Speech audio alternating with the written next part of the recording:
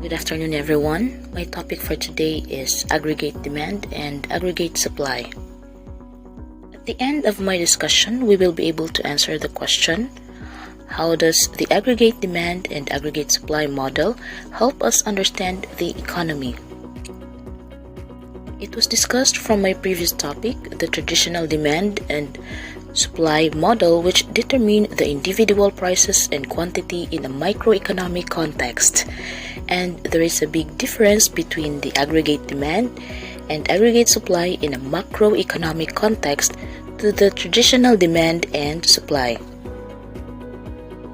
The aggregate demand and aggregate supply are macro ideas. The word aggregate means total. Thus, we are thinking about the market not just for one good or service, but as a whole. Let us start with the aggregate demand.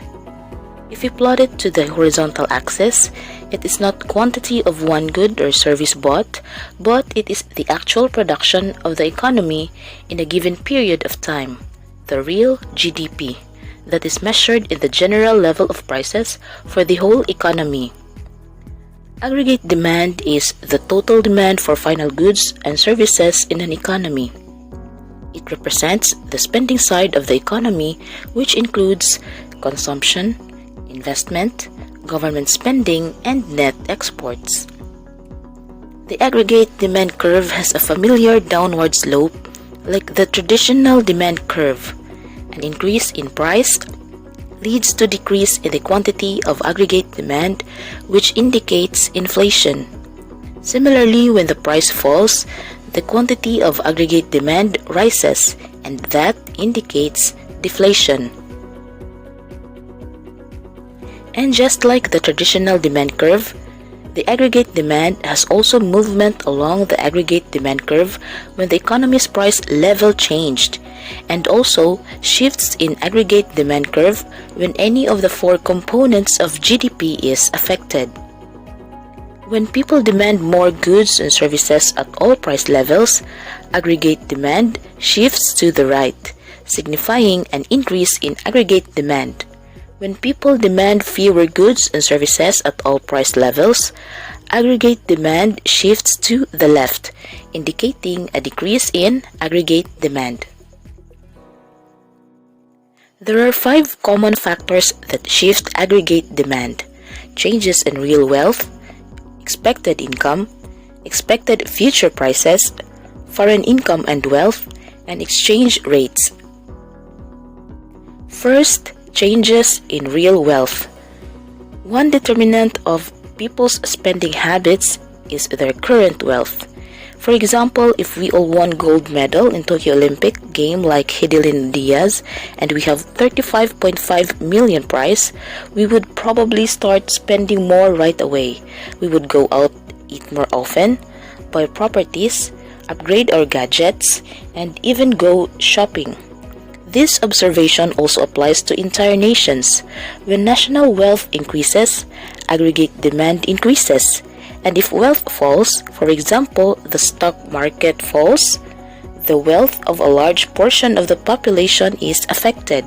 Then wealth declines and aggregate demand decreases, which will shift the curve to the left.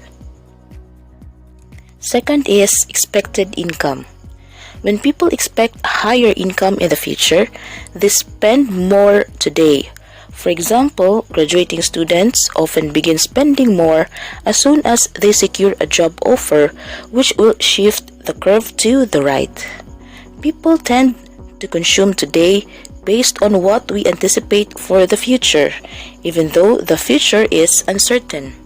Similarly, when people expect a decrease in demand of their monthly income due to reduction in working hours that brought by the pandemic, also reduces his spending, which will shift the curve to the left.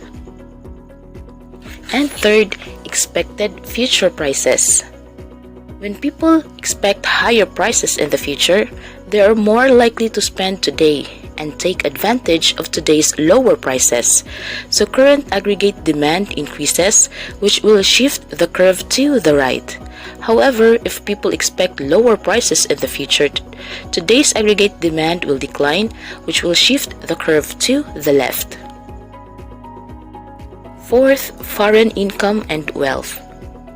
The most important factor driving the recent increase in exports has been the growth of the income of main trading partners. When people in foreign nations grow, their demand for goods increases as well as their interest to buy products from other countries. Exporting activity can influence its GDP. For example, if foreign citizens buy more Filipino goods, the result is increased aggregate demand in the Philippines, shifting the curve to the right. In contrast, if a foreign nation goes into recession, its demand for Filipino goods and services falls, shifting the curve to the left. And last is exchange rates. Using the exchange rate, we are able to compare prices of goods, services, and assets quoted in different currencies.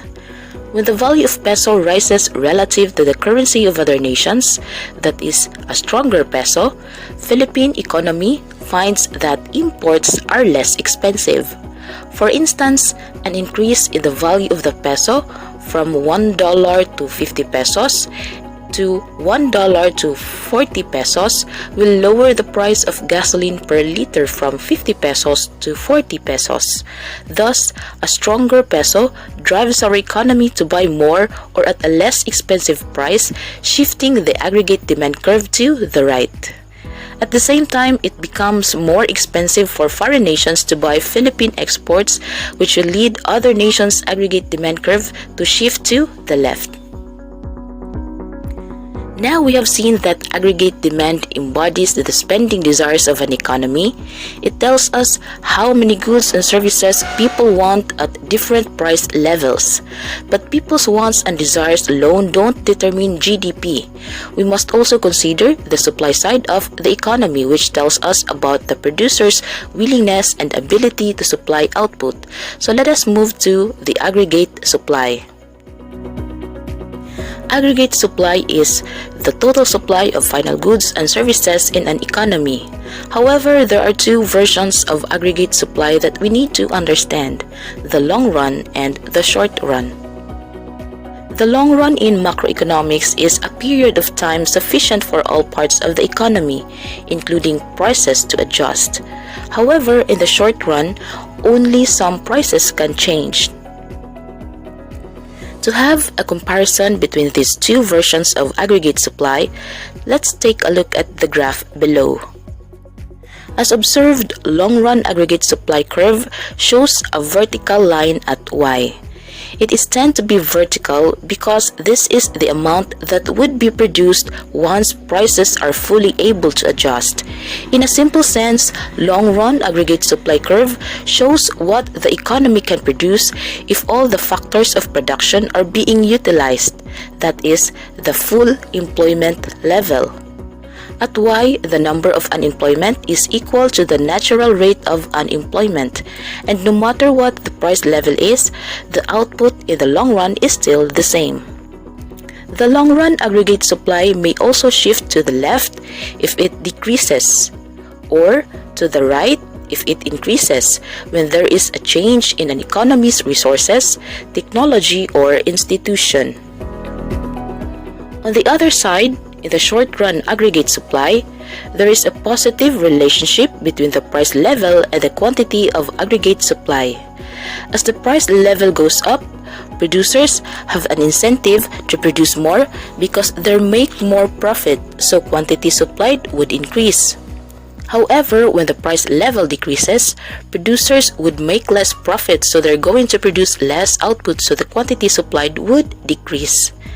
And just like the market supply curve, it can shift to the right if it increases and shift to the left if it decreases. There are three factors that can shift short-run aggregate supply: supply shocks, expected future prices, and errors in past price expectations. When we say supply shocks, it is a surprise event that changes a firm's production costs. It may either be positive or negative. A positive supply shocks reduce production costs, which will shift the aggregate supply curve to the right. And negative supply shocks lead to higher production costs, which will shift the aggregate supply curve to the left. For example, there is a sudden increase of oil prices in which oil is an important input to many production processes, so when its price doubles, a macroeconomic negative supply shock occurs.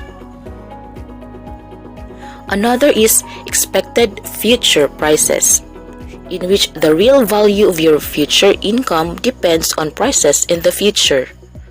Other things being equal, when workers and firms expect higher prices in the future, they negotiate higher wages. The result is higher labor costs, which reduce firms' profitability and make them less willing to produce at any price level. Therefore, higher expected future prices lead to a lower quantity of aggregate supply. But if labor costs fall, additional production is more profitable at any price level and short-run aggregate supply curve shifts to the right. And last is errors in past price expectations. We've seen that both workers and resource suppliers sign contracts on the basis of some expectation of future prices. But these expectations aren't always correct. When the expectations turn out to be wrong, workers will want to renegotiate or adjust their wages in later periods. This renegotiation affects costs, which in turn affects short-run aggregate supply.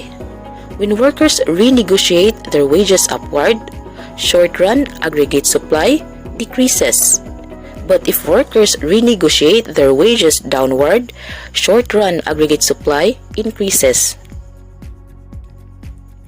After discussing the aggregate demand and aggregate supply, we will bring it together and consider the aggregate equilibrium.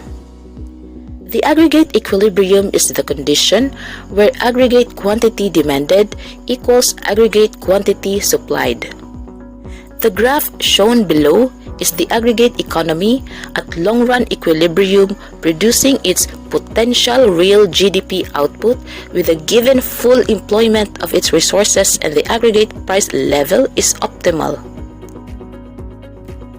By looking at the graph, we will now be able to answer the question, how does the aggregate demand and aggregate supply model help us understand the economy when short-run aggregate supply and aggregate demand shift to the left or to the right? When the curve points its equilibrium on the left side of the full employment level, this signifies that an economy produces a lesser GDP output and opens up a negative GDP gap, also known as recessionary gap. During recessionary gap, the following economic conditions occur. The unemployment rate is high, the income level falls, consumption level falls, and standard of living also falls.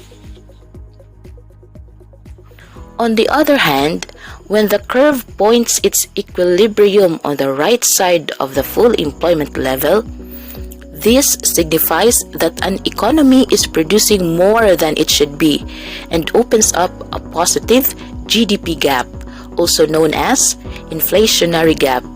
During inflationary gap, the following economic conditions occur. The unemployment rate is low, income level rise, consumption level rise, and the standard of living also rise. In the real world, things are always changing. Everything from technology to weather to wealth and expectations can change. And with this lesson, we can use it to determine how changes in the real world affect the macroeconomy. That's all for my report. Thank you.